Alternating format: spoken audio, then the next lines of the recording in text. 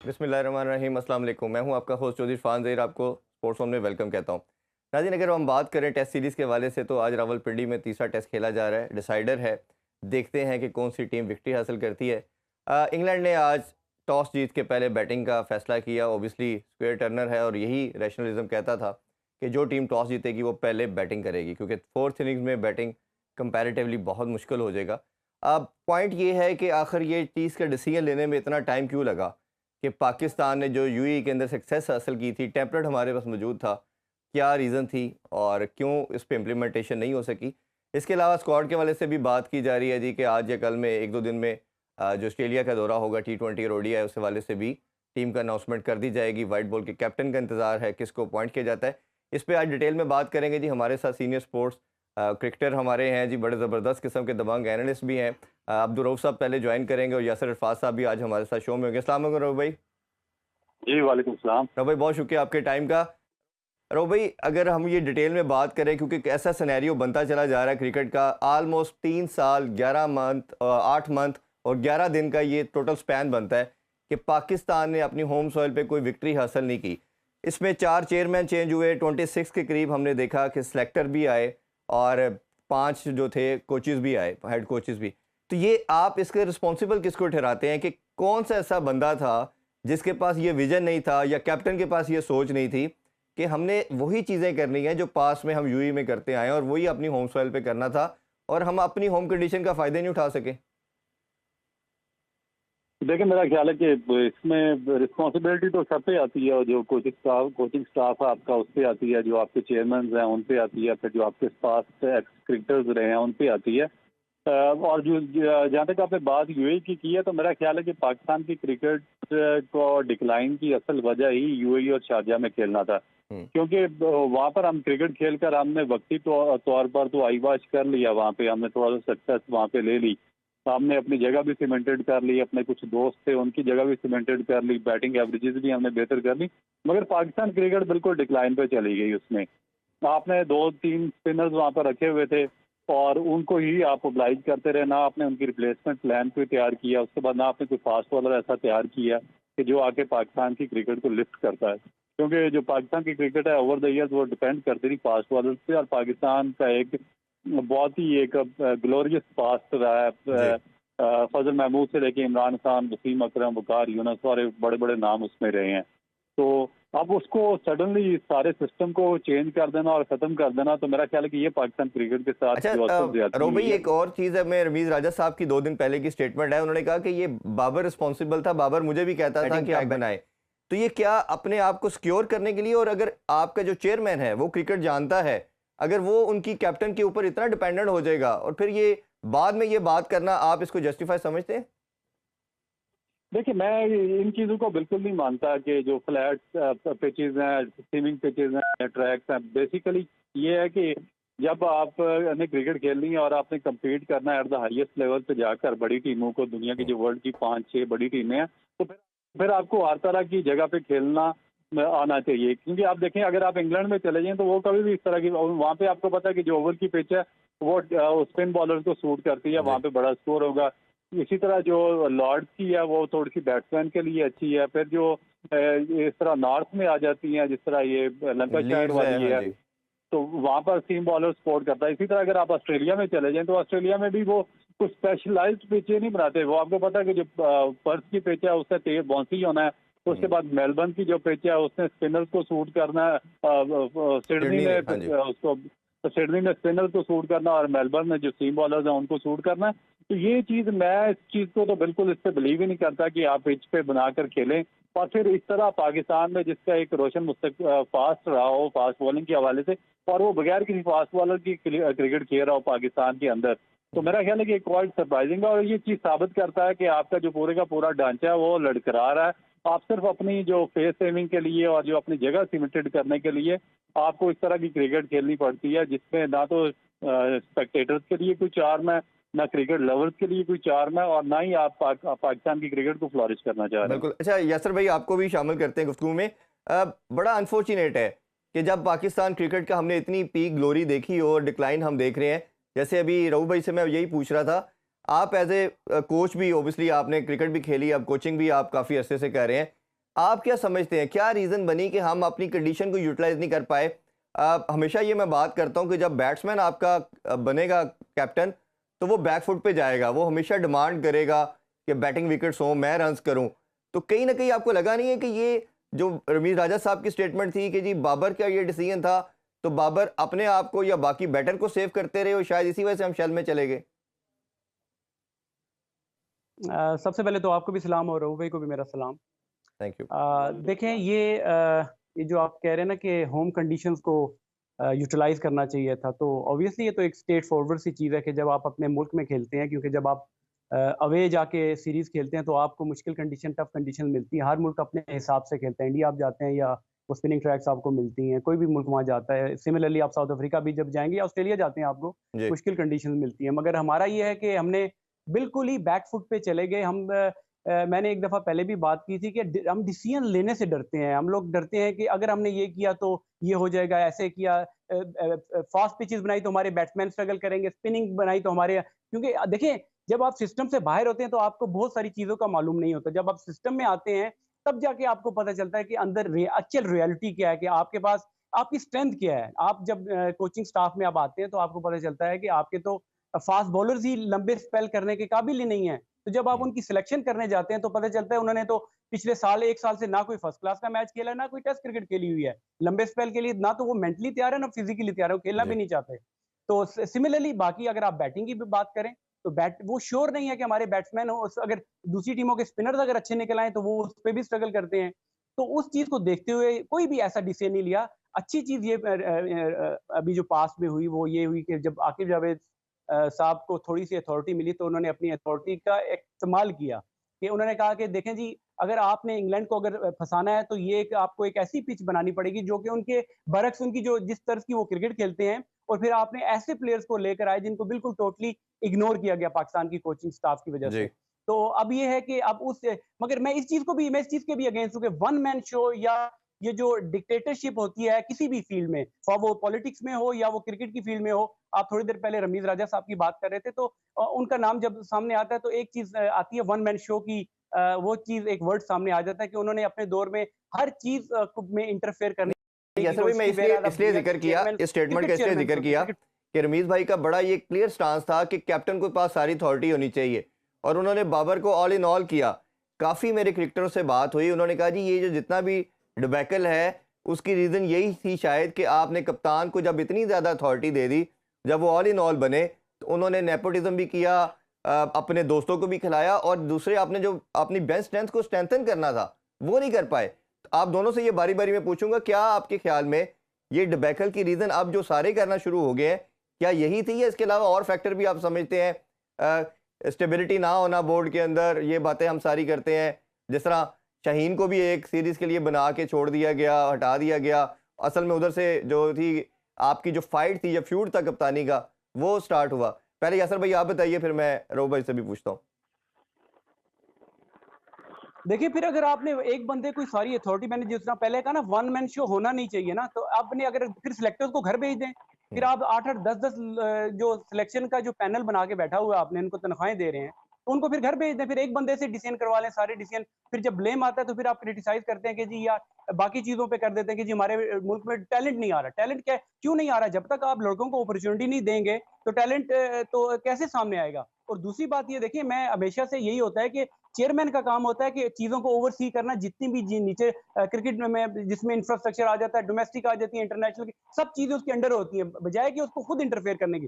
तो ऐसे मौके पर आपको एक डायरेक्टर ऑफ क्रिकेट की एक अशद जरूरत होती है, और वो आपके जो जिस तर्ज की क्रिकेट आपने अपनी टॉप टू बॉटम खिलवानी है, जूनियर लेवल, स्कूल लेवल से जो चीज आप फीड करना चाहते हैं, जो ऊपर लड़कों से आप रिजल्ट लेना चाहते हैं, तो वो आपने नीचे से शुरू करनी है। और सारे ही एक ही फ्रेम ऑफ वर्क, जो फ्रेमवर्क होगा क्रिकेट का, उस पे खेलेंगे। तो उसके लिए आपके पास एक ऐसा डायरेक्टर ऑफ क्रिकेट होना चाहिए कि जी। जो जितनी भी अपॉइंटमेंट, जिस तरह रहू भाई ने भी बात की, उसमें ट्रांसपेरेंसी होनी चाहिए, बजाय इसके कि अभी वो नदीम खान साहब भी कह रहे थे कि हम हेड हंटिंग करते हैं। ये हेड हंटिंग क्या होती है? आपके सामने 3-4 लोग जो होते हैं, आप उन्हीं को बार बार एक कुर्सी से उठाते हैं, दूसरे पे बिठा देते हैं, दूसरे से उठा के उस पर वापस उस पे ले आते हैं। ये हेड हंटिंग जो है, मुझे कभी समझ नहीं आई। जो डेवलप्ड कंट्रीज होती हैं, जो कामयाब मुल्क होते हैं, स्पेशली अब स्पोर्ट्स की हम बात कर रहे हैं, वहां पर ये होता है, ट्रांसपेरेंट होती है, किसी भी जॉब के लिए या किसी भी शोबे के लिए एक एडवर्टीजमेंट होता है, उसके बाद सब लोगों के इंटरव्यूज, उनकी क्वालिफिकेशन, उनका एक्सपीरियंस, वर्क एक्सपीरियंस देखते हैं, उसके बाद आप करते हैं। ये क्या बात हुई कि हेड हंटिंग जी, मुझे वो बंदा पसंद आ गया, मैंने उसको मेंटोर लगा दिया है। मेंटोर्स की आपके पास सामने एग्जांपल्स है, क्रिकेटर्स, दो लड़के करंट क्रिकेट खेल रहे हैं, आपने उनको किस तरीके से मेंटोर्स लगा दिया। इस तरह की बहुत सारी एग्जांपल्स हैं, मैंने तो अपना थोड़ा पॉइंट ऑफ व्यू कर दिया। राहुल भाई से इस पे हम जरा अभी बाद में बात करते हैं, मैं जरा रऊफ भाई का ओपिनियन ले लूं। रऊफ भाई, ये जो यासर भाई भी बात कर रहे हैं, आपकी ओबियसली आप लाहौर में रहते हैं और सारा ये सिनेरियो को, पीसीबी के हेडक्वार्टर को बड़ी अच्छी तरह जानते हैं।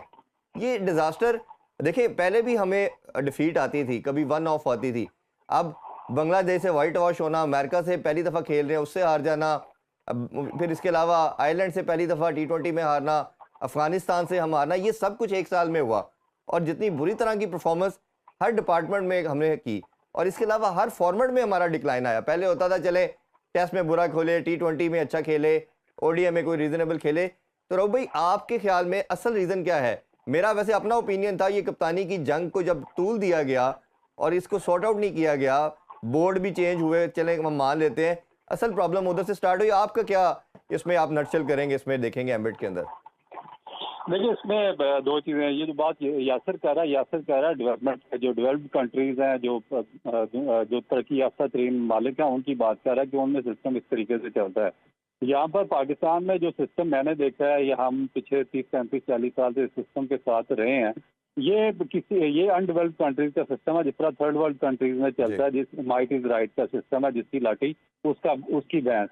इसमें ये हमारे जो सोशल मीडिया एक्सपर्ट्स हैं या मीडिया वाले लोग हैं, जिनका इतना ज़्यादा डीप रूट्स नहीं है सिस्टम के अंदर, जो इस चीज़ को समझते नहीं है, जो इसके साथ क्लोजली लिंक नहीं रहे हैं, वो हाइप क्रिएट कर देते हैं। कुछ फार्मर जो लेजेंड्स हैं उनकी, या जो कुछ पॉलिटिशियंस के फ्रंटमैन आते हैं पाकिस्तान क्रिकेट बोर्ड में, उनकी हाइप क्रिएट करते हैं बगैर वजह के, जबकि वो बेसिकली वो इस काबिल ही नहीं होते हैं, नॉन डिजर्विंग लोग होते हैं, वो शॉर्ट टर्म के लिए आए होते हैं। और जब भी आप शॉर्ट टर्म के लिए आएंगे तो आप अपने मोटिव के लिए आएंगे, आपके जो हिडन मोटिव्स होंगे आप उनको सामने रख के काम करेंगे, आप नेपोटिज्म करेंगे, आप अपने रिश्तेदारों को ऑब्लाइज करेंगे, आप अपने जो फार्मर आपके फ्रेंड्स हैं, दोस्त हैं, उनको ऑब्लाइज करेंगे। फिर वो जो आगे हैं वो अपने बच्चों को, अपने रिश्तेदारों को, अपने दोस्तों को ऑब्लाइज करते रहेंगे। तो इस तरह जो सिस्टम है वो एक उस पर कब्जा हो जाता है चंद फैमिलीज का, चंद लोगों का, और वो एक गठ जोड़ से सिस्टम को चलाना शुरू कर देते हैं।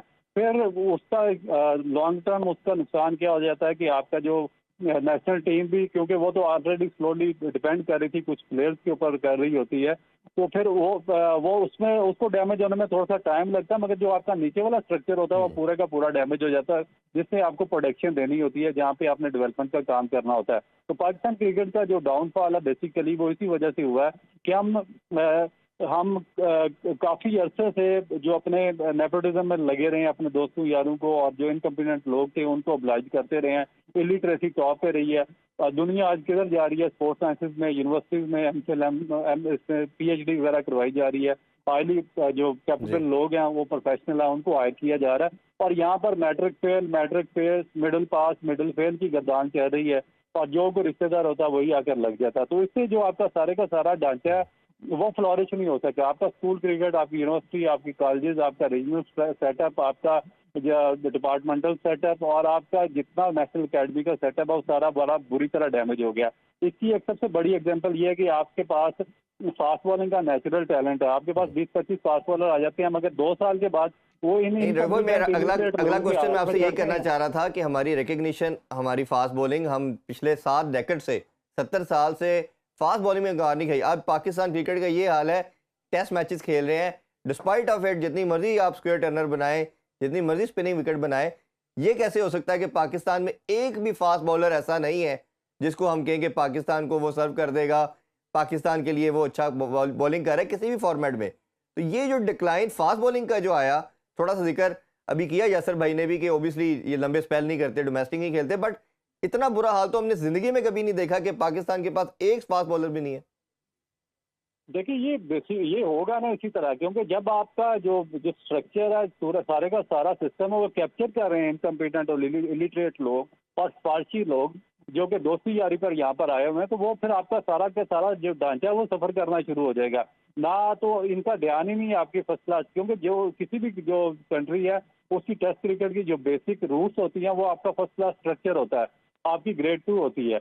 तो आप इनका जो फोकस ही नहीं है, जितने लोग आते हैं आप देखें, मैं सबसे बड़ा तमाशा आपको दिखाता हूँ कि पहले अंडर 19 इन्होंने खत्म की कि फलानी डेट को अंडर 19 क्रिकेट शुरू होनी थी डोमेस्टिक की, उसकी इन्होंने डेट चेंज कर दी। उसके बाद आपका जो सबसे most premier first class tournament जिससे किसी भी टेस्ट क्रिकेट नेशन का ढांचा खड़ा होता है वो होता है, मगर उसकी डेट 8 तारीख थी, उसको चेंज करके उसको सिस्टम से निकाल दिया गया। और जब बहुत ज्यादा मीडिया का प्रेशर आया तो इन्होंने 26 तारीख अनाउंस कर दी। तो पहले अंडर 19 का भी चेंज किया गया। हाँ जी, बिल्कुल, अंडर 19 का चेंज किया गया। और इसी तरह फिर पिछले साल जो डिपार्टमेंट की फर्स्ट क्लास ट्रिगर्ड हुई है, तो इन्होंने हायर एजुकेशन कमीशन की एक टीम उस सिस्टम में लाए हैं। सिर्फ 2 दिन पहले उन्होंने तमाम यूनिवर्सिटीज को खत लिखा कि 2 दिन पहले आपने अपनी टीम बनानी है हायर एजुकेशन कमीशन को। और 2 दिन के बाद उस यूनिवर्सिटी का इस्लामाबाद में हायर एजुकेशन कमीशन का पीटीवी के साथ मैच हो रहा था। तो ये तो तमाशा लगा हुआ पाकिस्तान की क्रिकेट में। तो इसमें आप कैसे एक्सपेक्ट कर सकते हैं कि सिस्टम कोई बेहतर होगा या बेहतरी की तरफ जाएगा, या आपके पास फास्ट बॉलर्स आएंगे, या आपके पास अच्छे बैट्समैन आएंगे, या आपके पास अच्छे स्पिनर्स आएंगे। यही वजह कि आप देखें ना कि आज 70 साल के बाद, जिस तरह 70 साल पहले इंडिया में चंद्रशेखर और बिशन सिंह बेदी बॉल पकड़ लेते थे नया बॉल, और इसी तरह की डेड स्पिनिंग पिचें बना के शुरू हो जाते थे, पूरा 4 दिन वही बॉलिंग करते रहते थे। तो 70 साल के बाद ठीक पाकिस्तान ने उसी मुकाम पे लाके खड़ा कर दिया कि 2 स्पिनर आपने 40-40 साल के पकड़े हैं, उनको बॉल दे देते हैं और वो 50 ओवर करके सिस्टम। अच्छा, अभी एक छोटा सा ब्रेक लेते हैं, ब्रेक से वापस आके यही करेंगे डिस्कशन को। हमारे साथ रहिए। Welcome back in sports zone. हम बात कर रहे हैं फॉर्मर टेस्ट क्रिकेटर से। यसर भाई, आपको भी यही सेम क्वेश्चन है और साथ दूसरा क्वेश्चन ये भी मेरा ऐड करता चलूँ। आप टीम का मेंबर भी रहे, आपने कोचिंग स्टाफ का मेंबर भी थे, आप ऑस्ट्रेलिया की जो सीरीज थी उसमें भी आप पार्ट थे।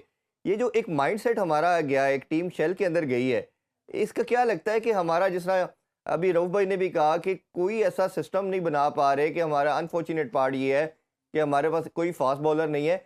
और इवन ये लाइकवाइज इसी तरह अगर हम देखेंगे तो हमारा ये प्रॉब्लम बैटिंग में भी है। कोई एक प्लेयर भी आप इस तरह नहीं समझ सकते कि जो आपका परमानेंट फीचर है। पहले बाबर को समझते थे, अब तो वो भी नहीं रहा, उसमें मैं खैर आपसे सेपरेट बात करूंगा। तो ये क्या आप समझते हैं, क्या इनकम्पिटेंसी है? और जिस तरह हमारे बांग्लादेश की सीरीज के बाद वाइट बॉल का टूर्नामेंट रख दिया गया, टेस्ट सीरीज हो गया होने वाली थी, इसी तरह काइजन ट्रॉफी का जिक्र किया जा रहा है, इसकी डेट आगे कर दी। तो ये प्रॉब्लम का जिम्मेदार किसको ठहराते हैं आप? देखिए, जिम्मेदार अब एक बंदे को क्या ठहराएं आप। पहली तो बात यह है कि आपके जो पिछला सवाल था रऊफ भाई ने भी काफी क्लियर कर दिया, उसमें मैं यही ऐड कर सकता हूं कि जब आप T20 को प्रायोरिटाइज करते हैं और आप उसी को एक बेंचमार्क रखते हैं कि आपने जूनियर लेवल पे भी T20 करानी है, लड़कों को इंटरेस्ट उसी में डेवलप है, लीगों में भी आपने खुला छोड़ा हुआ अपने टॉप के प्लेयर्स को जो सारे फॉर्मेट खेलते हैं, ख्वाह वो आपका कप्तान हो या आपका कीपर हो या कोई भी हो, फास्ट बॉलर्स भी आपके हो। मैं आपको बच के पिछले साल की, अब लोग कहते हैं ना कि लड़के परफॉर्मेंस नहीं कर रहे या डेवलप नहीं हो रहे, ना स्पिनर ना बैट्समैन ना फास्ट बॉलर। आपके प्लेयर देखें, काउंटी क्रिकेट खेलते हैं, वहां से बैग उठाते हैं, अमेरिका जाते हैं, अमेरिकन लीग वो जो लीग हुई है वो खेलते हैं, फिर वापस आके 100 खेलते हैं। 100 जब खत्म होती है और उसके बाद फिर जब पाकिस्तान की कोई कमिटमेंट आती है तो उस टाइम लड़के एक्सक्यूजेस ढूंढ के बताते हैं, मुझे ये निकला, मुझे वो निकला, वो गेम से भागते हैं। पहले लड़के जान मारते थे पाकिस्तान खेलने के लिए, और अब उल्टा वाइस वर्सा चीजें चल रही हैं कि लड़के खेलने के लिए तैयार नहीं है। तो हमें अब मूव ऑन करना चाहिए कि जो लड़के अगर विलिंग नहीं है लॉन्गर फॉर्मेट खेलने, राइट बॉल खेलने के लिए, उनको थैंक यू कर दिया जाए, उनकी जगह नए लड़के ढूंढे जाएं, उनको डेवलप किया जाए।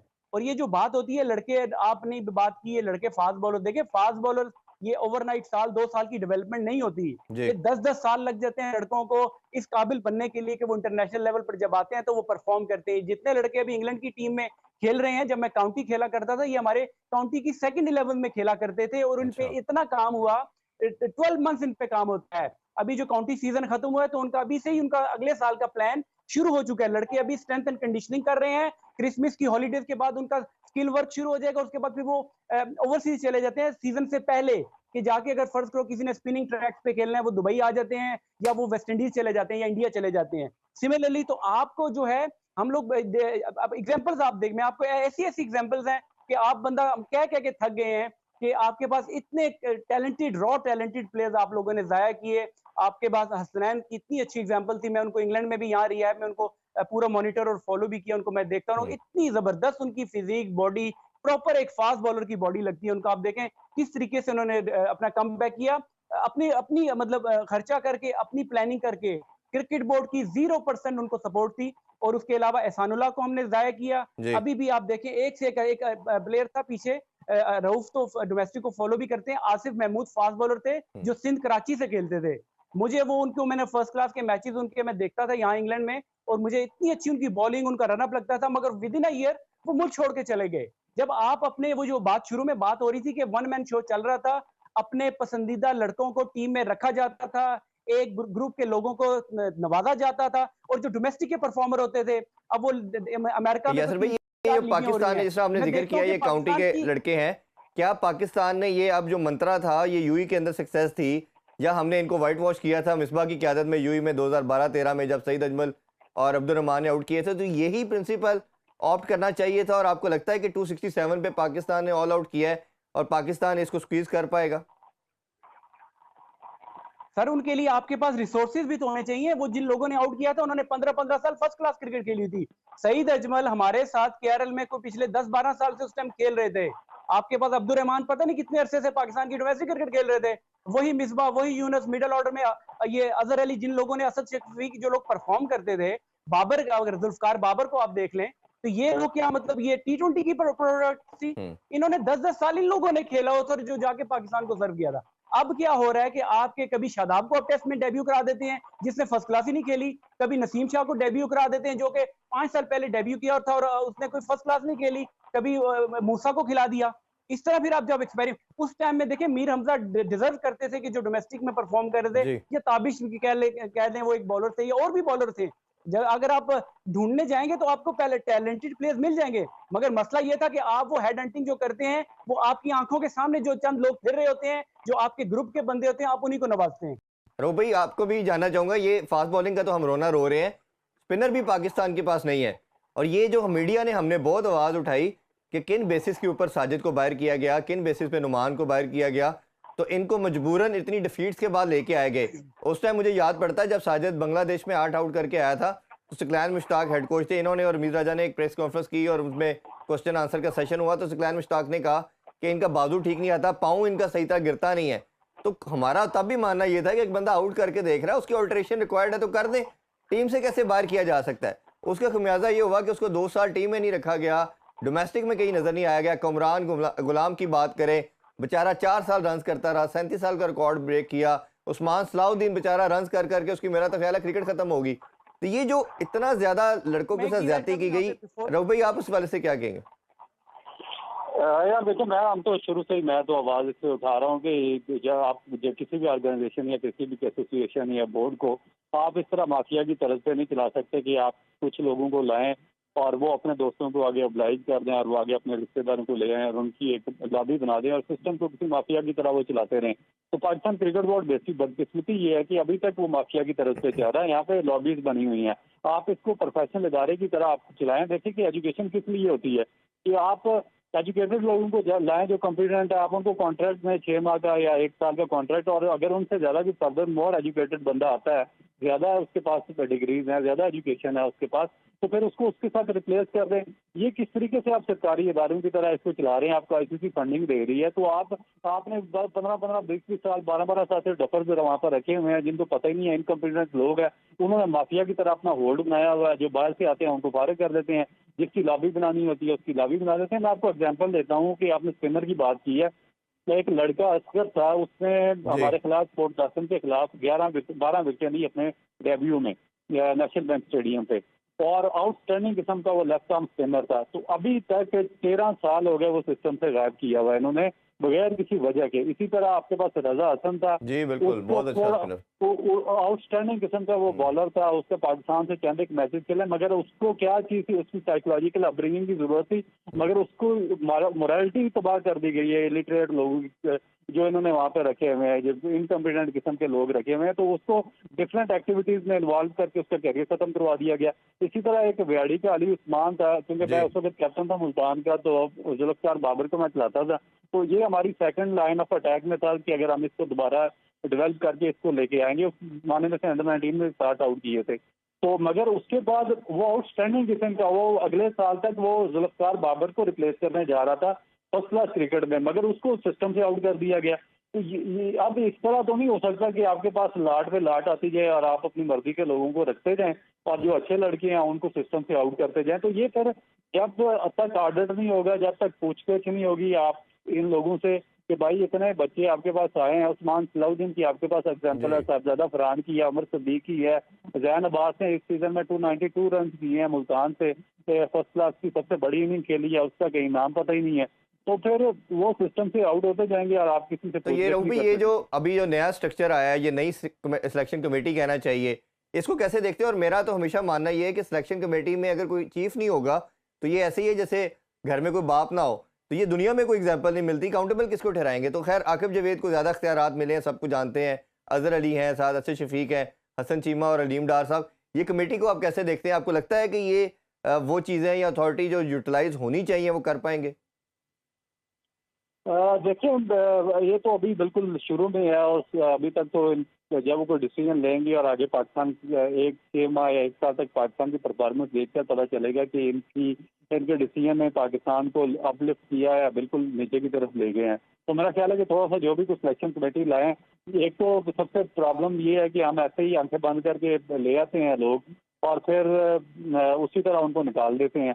तो यह सबसे पहले तो ये चीज़ है कि जब आप ऑर्गेनाइजेशन चला रहे होते हैं तो फिर आपको कॉम्पिटेंट लोगों को ढूंढ के लाना चाहिए, उसमें सोच विचार करके। और सबसे जो बड़ा प्रॉब्लम है पाकिस्तान क्रिकेट बोर्ड में, इनका थिंक टैंक नहीं है। और जब तक किसी भी ऑर्गेनाइजेशन का कोई थिंक टैंक नहीं होगा तो फिर इस तरह के डिसीजन आपके सामने आते रहेंगे। अगर थिंक टैंक विजनरी लोगों का नहीं होगा तो फिर इस तरह के जो आपको शॉर्ट टर्म पॉलिसीज और शॉर्ट टर्म जो आपको गोल्स हैं वो नजर आएंगे और बिल्कुल उसका एंड रिजल्ट कोई नहीं आपको निकलता हुआ बिल्कुल। नजर अभी आएगा। तो एक ब्रेक लेते हैं, ब्रेक से वापस आके यासर भाई आपसे भी सेम क्वेश्चन आपसे करेंगे, पूछेंगे कि क्या सिस्टम की कंटिन्यूटी कितनी इंपॉर्टेंट है। Stay with us. Once again welcome back in sports on. हम बात कर रहे हैं साबिक टेस्ट क्रिकेटर से। यासर भाई, यही सेम क्वेश्चन आपके साथ, आप सिलेक्शन कमेटी को कैसे देखते हैं और अभी तक कोई अपॉइंट फिर भी नहीं किया गया चीफ सेलेक्टर, आपका क्या ओपिनियन है इस हवाले से? देखिए, अभी जल्दी में चीजें नहीं करनी चाहिए। अभी तो जो इस सीरीज के बाद अगर आप अभी अनाउंस कर सकते हैं चीफ सिलेक्टर, बिल्कुल होना चाहिए। और मैं समझता हूँ जितनी कम से कम लोग हों सिलेक्शन कमेटी में, 3 मैक्सिमम, उनमें एक चीफ सिलेक्टर हो और उनको अथॉरिटी होनी चाहिए कि आपने सारी अपनी जो टीमें हैं, व्हाइट बॉल, रेड बॉल, उसके बाद फिर जूनियर क्रिकेट की जो सिलेक्शन है सारी आपने, और फिर डोमेस्टिक क्रिकेट भी हो रही है, उसमें जाकर आप मैच लड़कों को देखें और देखें कि कौन से लड़के जो हैं वो एक तो शॉर्ट टर्म प्लान के लिए होते हैं, उनके फ्यूचर के लिए स्पेशली फास्ट बॉलर जो होते हैं उनको देखना पड़ता है कि आपने उन पे नजर रखनी पड़ती है वो।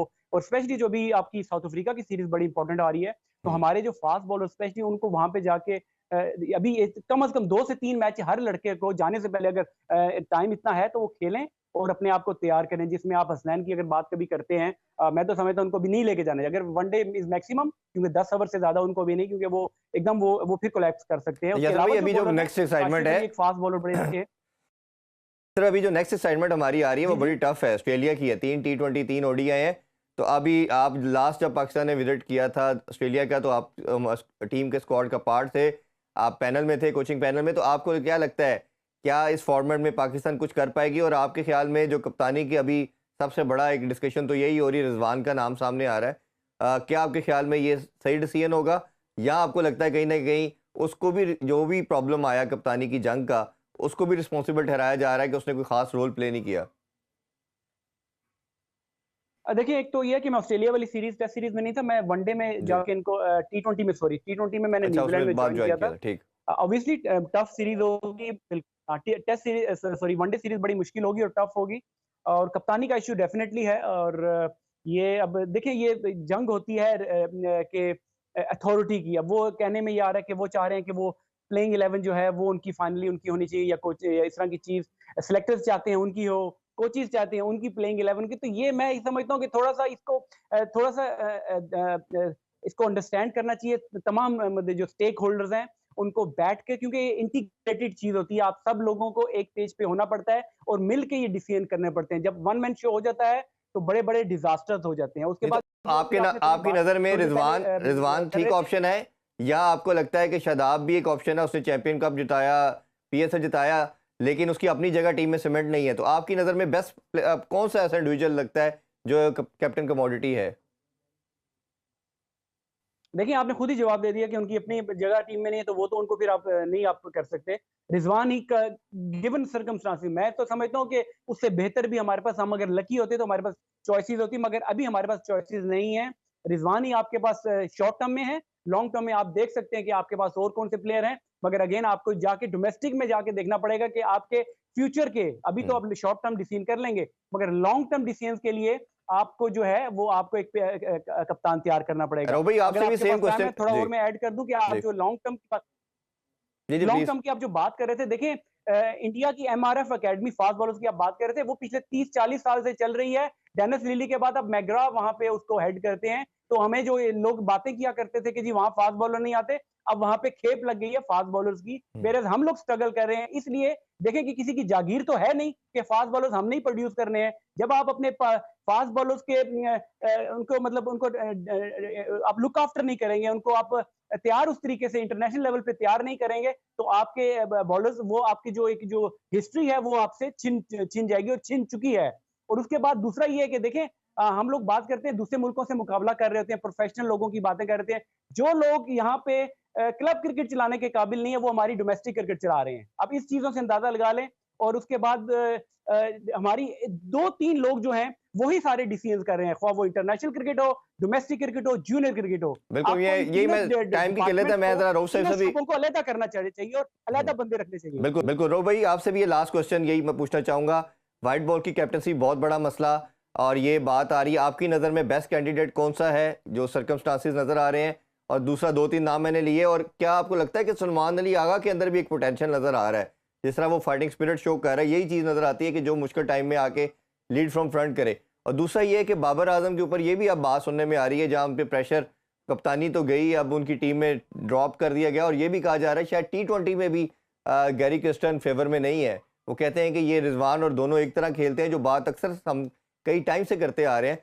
तो अब उधर भी उनकी पोजीशन डिफिकल्ट होती नजर आ रही है। कांडी कप्तानी और बाबर के हवाले से बताइएगा। देखिए बेसिकली ये है कि आपने बाबर आजम को इतना अच्छा टाइम दिया कैप्टनसी का, वो नेचुरल कैप्टन नहीं था। अपना पाकिस्तान क्रिकेट बोर्ड ने इसको डेवलप किया था और उसके बाद वो एक अडॉप्टेड किस्म का कैप्टन था, मगर उसको फिर भी टाइम दिया गया। उसके बाद शाहीन अफरीदी को फ्राम नोवेयर से उठाकर पाकिस्तान टीम का कैप्टन बना दिया गया। उसके बाद आपने शादाब खान को, जिसकी अपनी जगह ही नहीं है टीम के अंदर, उसको आपने कैप्टन बना दिया गया। तो वाई नॉट रिजवान? रिजवान से क्या प्रॉब्लम है इन सबको? मुझे ये बताएं कि वो इसमें नेचुरल एबिलिटीज है, वो गिफ्टेड कैप्टन है, उसको कैप्टन उसमें सारे जितने भी नेचुरल इंग्रेडिएंट्स होते रो हैं भाई ये ना कैप्टनसी के, वो सारे के सारे रिजवान का मैं रिजवान ने ऐड डाले करता हैं। चलूं, रिजवान जब लास्ट ईयर भी ये सेंट्रल कॉन्ट्रैक्ट का मसला आया था उसको लीड कर रहा था और अभी भी सुना है कि रिजवान अपनी टर्म्स पे आना चाहता है। तो बोर्ड को तो आपको पता है इधर यस मैन बंदे चाहिए, जो आगे काउंटर करेगा, वो तो शायद चलना सिर्फ मुश्किल हो जाएगा सिस्टम में। तो बोर्ड को फिर ये कर लेना कि या कि पाकिस्तान की क्रिकेट चला लें या फिर अपनी सीटें मजबूत कर लें। दो चीज़ों में से एक चीज़ हो सकती है, दो चीज़ें इकट्ठी नहीं चल सकती, क्योंकि जो नेचुरल प्लेयर होगा, जिसमें नेचुरल एबिलिटीज होगी, जिसमें सिस्टम को अपलिफ्ट करने की पावर होगी, वो तो फिर अपनी शरायत पे आएगा ना। वो फिर पाकिस्तान क्रिकेट बोर्ड की शरायत पे थोड़ी आएगा। जो इन्होंने इनकम्पिटेंट टीम रखी हुई है आगे, उनकी शरायत पे वो थोड़ा काम करेगा। तो फिर अगर आपने पाकिस्तान की क्रिकेट को बेहतर करना है, तो फिर आपको थोड़ी सी जो अपनी शरायत है उनको सरेंडर करना पड़ेगा। तो उसकी शरायत माननी पड़ेगी। उसने कौन सा कह दिया कि मैंने मुझे कोई इसराइल का वीज़ा लगवा दें आप। तो मेरा ख्याल है कि उसको जो जिसका राइट बनता है, रिजवान सबसे ज़्यादा बेहतर ऑप्शन है। और तीनों फॉर्मेट में उसकी आप अगर बैटिंग एवरेज देख लें, टेस्ट क्रिकेट में, वनडे में, टी20 में, वो टॉप पे है सबसे ज़्यादा। परफॉर्मर वो सबसे अच्छा है। जी। फिर जब उसने डोमेस्टिक में कैप्टनसी की है, उसने आउटस्टैंडिंग कैप्टनसी की है। फिर जो दूसरी चीज़ ये है कि उसमें ये जो जूनियर बच्चे हैं, उनको साथ लेके उनको कॉन्फिडेंस देने की सलाहियत है। फिर चौथी चीज़ जो सबसे इम्पोर्टेंट चीज़ होती है, डेवलपमेंट प्रोसेस में रिजवान इन सबसे आगे है। क्योंकि अगर आप मुल्तान सुल्तान की लास्ट ईयर की टीम दिखाएं, तो उसने सब बच्चों को चांस दिया और इक्वल उसने अपॉर्चुनिटी दी है सबको। वो डरा नहीं है, वो उसको हार का खौफ नहीं था। दूसरी जानब जो आपका करंट कैप्टन है, ये शान मसूद, इसने इरफात मनाज जैसे प्लेयर को एक सिंगल मैच खेलने के लिए दिया और खुद बगैर किसी परफॉर्मेंस के ये PSL में कराची किंग्स के लिए खेलता रहा। तो जी। जब आप जो डिजर्विंग लोग होंगे उनको कैप्टनसी नहीं देंगे और जो अनडिजर्विंग होंगे उनको आप कैप्टन बना देंगे, तो फिर उसके खौफनाक नतायज निकलेंगे, जो इस तरह पाकिस्तान की क्रिकेट में निकल रहे हैं। बिल्कुल बिल्कुल ठीक कह रहे हैं आप दोनों मेहमानों का बहुत शुक्रिया। यासर भाई आपका बहुत बहुत शुक्रिया। इस दुआ करते हैं, डिस्कशन का मकसद यही है कि जी पाकिस्तान वन स्पोर्ट नेशन है और क्रिकेट जो है दोबारा अपनी ग्लोरी हासिल करे और इसी तरह जिस तरह पाकिस्तान अभी ये टेस्ट सीरीज़ खेल रहा है इंग्लैंड के अगेंस्ट, तीसरे मैच में विक्ट्री हासिल करे और सीरीज़ अपने नाम करे। हमारी यही दुआ है जी। इंशाल्लाह नेक्स्ट वीक आपसे दोबारा मुलाकात होगी। अपना बहुत सा ख्याल रखें। अल्लाह हाफिज़। पाकिस्तान जिंदाबाद।